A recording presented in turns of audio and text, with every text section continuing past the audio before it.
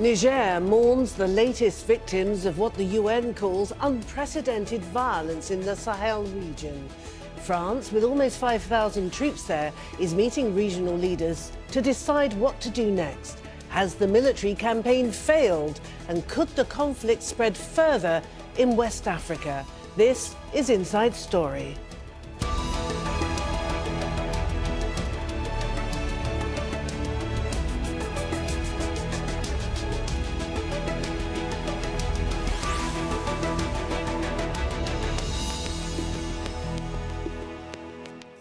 Hello and welcome to the programme. I'm Martine Dennis. Now, more than 4,000 West Africans killed in just 12 months. The United Nations says last year was the worst yet in the fight against armed groups in the Sahel. The UN says it's an unprecedented rise in terrorist violence. France and 5 regional countries have thousands of troops fighting groups, some of whom are linked to ISIL and Al Qaeda. But anger against the operation and against France is growing. Now, President Macron is hosting a summit to discuss whether French soldiers should stay. Natasha Butler reports from Paris. In December, the bodies of 71 soldiers from Niger lay at a military base in the capital, Niamey, a grim reflection of growing violence in the Sahel. They were killed in an attack claimed by ISIL in the west of the country. I decided to come myself to give my nation's gratitude, inconsolable but not all defeated, to these men plucked from the affection of their loved ones in the prime of life, for what they are to us are heroes or martyrs. The French President Emmanuel Macron visited Niger to pay his respects. Just 3 weeks earlier in Paris, Macron had led a memorial for 13 French soldiers killed in a helicopter crash in Mali. More than 4,000 French troops are fighting armed groups in the Sahel, alongside forces from Niger, Burkina Faso, Chad, Mauritania and Mali, the G5 countries. But as the casualties mount, so has hostility against former colonial power France. I notice in too many countries an anti-French sentiment is now prospering without any clear political condemnation. I cannot accept sending our soldiers into the field in countries where our presence is not clearly requested.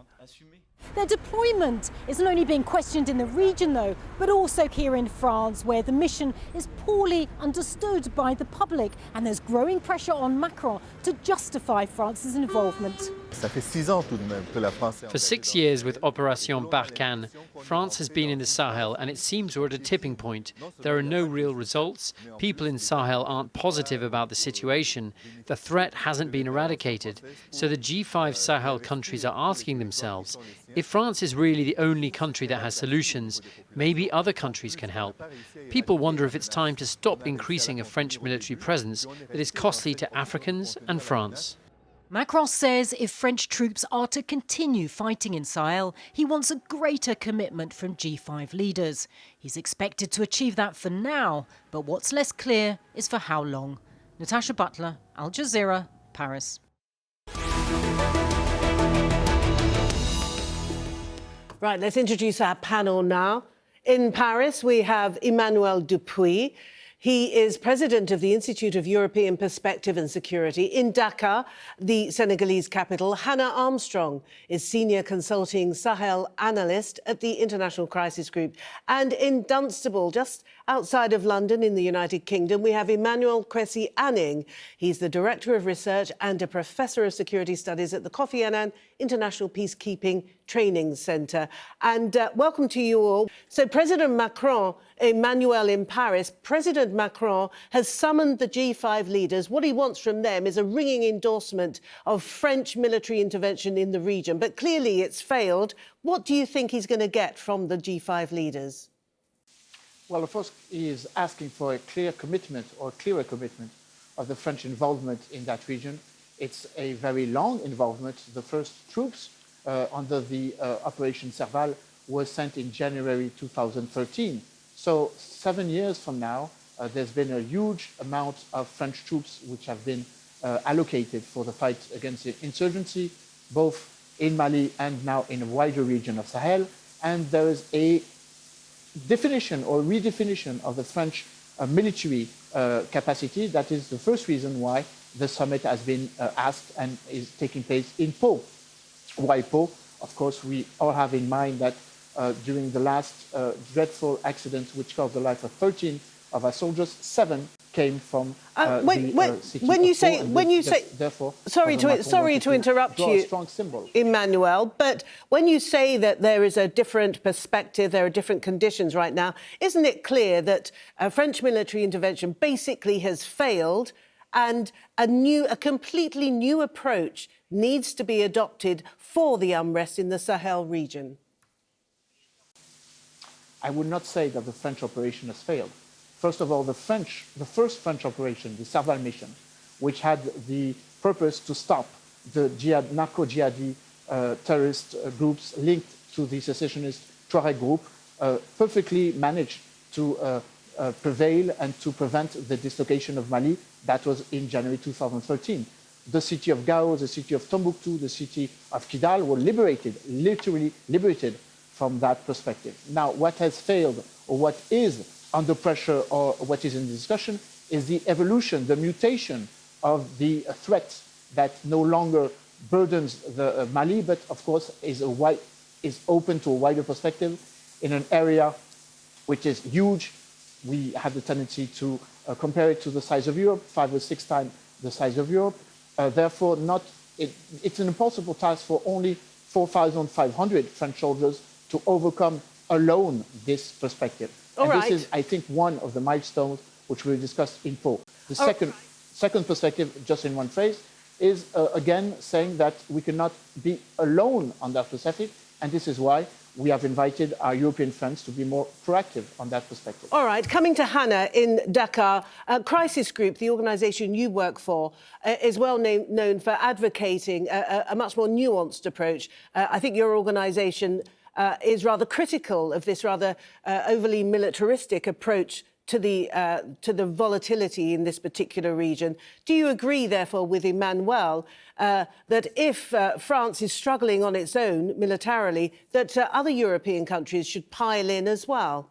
I think Emmanuel is right in the sense that the French intervention has achieved some of its objectives. And so, it would be wrong to say that there has been a complete failure of the military campaign. However, what we've seen is the spread of the insurgency into areas that, so you had this movement of this kind of jihadist insurgency that was relatively contained in northern Mali in 2013, then spread down into the center of Mali, now has sort of spread into the border region between Mali and Niger, where we've just had this devastating attack that's killed upwards of 80 soldiers, and another attack killed upwards of 70 soldiers within the past month, as well as deep into Burkina Faso. So what we're seeing is the limits of the military approach. It's not only not containing this problem, but seems to be directly sort of inflaming it and pushing it into newer regions. So our position is that there really needs to be a political strategy, and that the military approach to trying to fight these groups or eliminate these groups is really sort of flailing right now because there isn't a cohesive political strategy towards dealing with these groups that takes into account some of the root causes, such as the failures of rural governance and grievances that some of these more remote border communities have with the state. All right, let's come back to that in a little while. Coming to you, Emmanuel Cressy in Dunstable. Unprecedented is the level of violence of last year, 2019, in the region. And, in fact, the special representative of the UN for the Sahel region is alarmed at the possible spread of this conflict further into West Africa along the coast. I know that you are Ghanaian, for instance. Is this something that you recognise as being a concern to the Ghanaian political class at the moment? No, I think this spreading crisis is a concern for all the coastal states. I mean, 2019 was unprecedented. We saw the attacks in Benin, in the northern part of Benin. We are seeing the extremists being more daring, exploiting artisanal mining and the revenues that arise thereof to fund their activities. And we are also experiencing the spread of opportunistic relationships and partnerships that puts the coastal states under intense and immense pressure. And I'm thinking, Kwesi, in particular, of those countries that have only recently emerged from civil war, like Sierra Leone, like Liberia. They must be particularly vulnerable to any of the spreading of this kind of conflict. Well, I mean, the vulnerabilities experienced by quite a number of the coastal states, also, you know, Guinea, Liberia, Sierra Leone, as you've mentioned, is that it's not just about the violent extremists themselves who are coming in. These countries are experiencing new forms of infiltration. People who seem to be bringing trade, microcredit, social welfare goods. So what is happening really is that we are seeing a spread and an infiltration of communities in a manner that if the violence actually does take place, then it will spread very quickly. This puts the coastal governments under immense stress. And coming back to Emmanuel in Paris, given, I mean, you described it as a mutating conflict, what therefore should the response be? You've suggested that President Macron wants his European partners to support the effort, but as Hannah was saying, it probably requires a lot more than just a militaristic response. Absolutely. Well, I didn't say that the military response was the only response. I say that we have to start with the beginning, which is to eradicate the terrorist groups, which are a reality, both linked to Al Qaeda and both linked to Islamic State, more precisely the Islamic State in Greater Sahara. But of course, it takes more than that. It takes a global approach. It takes, of course, and it's linked to the capacity of the states which are under pressure to undertake their vital perspective, vital responsibility, security for their citizens, not only to focus on the center, but also to take in consideration the periphery, the bordering countries, the borders, to control the borders. And of course, this is where maybe we should put more emphasis. So a global approach, which of course would bring in development capability. France is not only present when it comes to military capacity, at the same time as the G5 was building a bit with difficulty its joint force in July 2017, we decided to launch this Sahel Alliance, gathering more than 10 billion euros from 18 countries, not only Europe. The last country to join are Japan and Canada. So, of course, we do have the impression that it's, of course, a global and joint effort, both from the international community, and this is why we're asking for more solidarity from our European partners, but not only. Emmanuel, United Nations must be implicated, and this is why Antonio Guterres is in Pau. Give me an idea then. You said that 8 billion euros has been raised. How is that 8 billion euros going to be spent on this particular problem? 11. Oh, sorry, 11. How is it going to be spent? Well, very, very precisely. Very precise.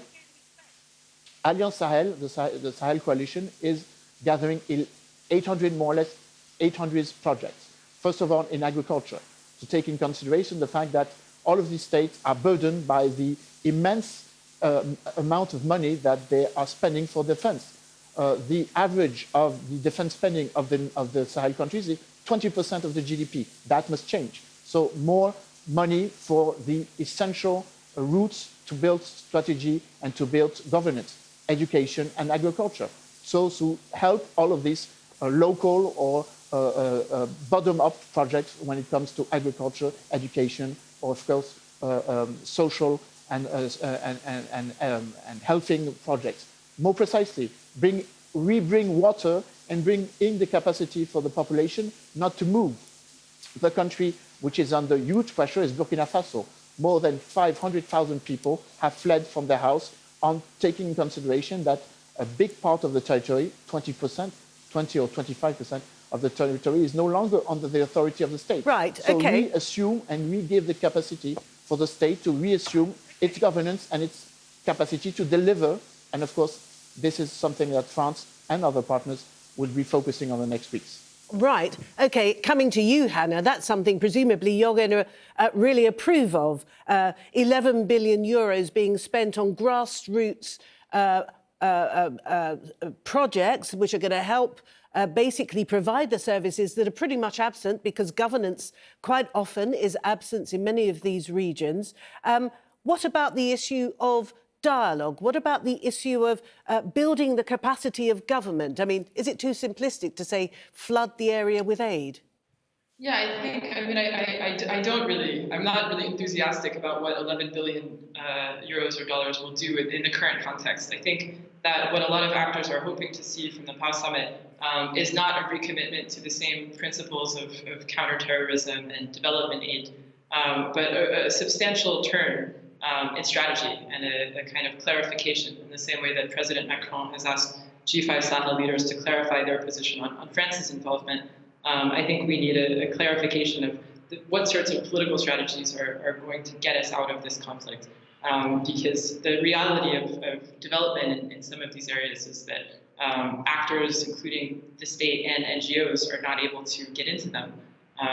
It's the areas that are most of concern right now.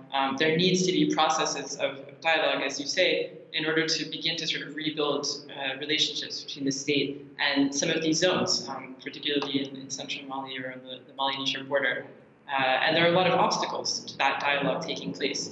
So I think that while it's good that donors are prepared to really invest in these regions and can commit considerable funds to trying to resolve this conflict, we can quite safely say that they're going to have very little impact unless and until there is a real sort of political strategy clarified that really outlines in an open way that gives a lot of autonomy to G5 states how these states and these administrations are planning on dealing with these areas where you have this strange sort of mix of what some actors will call terrorism, but really is often rooted in very local grievances.